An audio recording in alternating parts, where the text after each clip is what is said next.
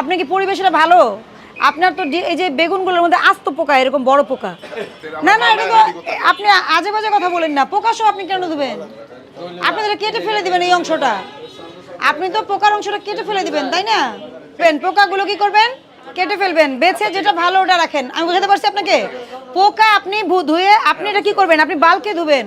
এটা তো পোকা রয়ে যাবে, আপনি তো ক্লিন করতে পারবেন না পুরোটা, কারণ পোকাটা তো একদম ভেতরে ঢুকে আছে, আপনি দেখতেই পাচ্ছেন। এটা তো হলো না। আপনার একটু কেটে বাদ দিতে হবে।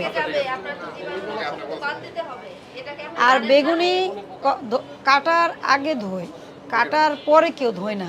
আপনার মুখে এটা প্রথম শুনলাম। এটা শেখার চেষ্টা করতেছি আসলে আপনি কি রেসিপি অ্যাপ্লাই করছেন। আপনি কি পরিবেশটা ভালো? আপনার তো এই যে বেগুনগুলোর মধ্যে আস্ত পোকা, এরকম বড় পোকা। এটা কেন থাকবে বলেন? এই যে এত মানুষ আছে, সবাই তো দেখলো। আমি বলি, এই যে প্রসেসিংগুলো উপরে করবেন, পায়ের বরাবর কিছু করা যাবে না। আপনার ফ্লোর নোংরা, অসম্ভব নোংরা। আপনি এখানে বসে আলু চটকাচ্ছেন, আর প্রচুর ময়লা, ঠিক আছে? এভাবে করে প্রসেস করা যাবে না। আমি জাস্ট এই সপ্তাহে, পরের সপ্তাহে আমি আরেকদিন আসবো। এসে যদি আমি দেখি একই পরিবেশ, বাসি খাবার রাখছেন, পলিথিন এভাবে ইউজ করছেন, আমি প্রতিষ্ঠান বন্ধ করে দিব। সতর্কতামূলক আপনাকে, অনেক ছোট প্রতিষ্ঠান আপনার, 10,000 টাকা জরিমানা করলাম। ভবিষ্যতের জন্য সচেতন হবেন।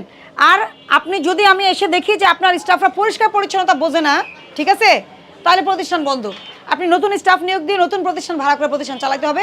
আর নাইলে মুদি দোকান করতে হবে। মুদি দোকানে আমরা ফ্লোর এগুলো দেখি না। বাসি খাবার তো রাখার প্রশ্নই আসে না। বুঝাতে পারছি? ফুড বিজনেস করতে হলে আপনাকে নিরাপদ খাদ্য আইন মেনে করতে হবে, নাহলে পারবেন না।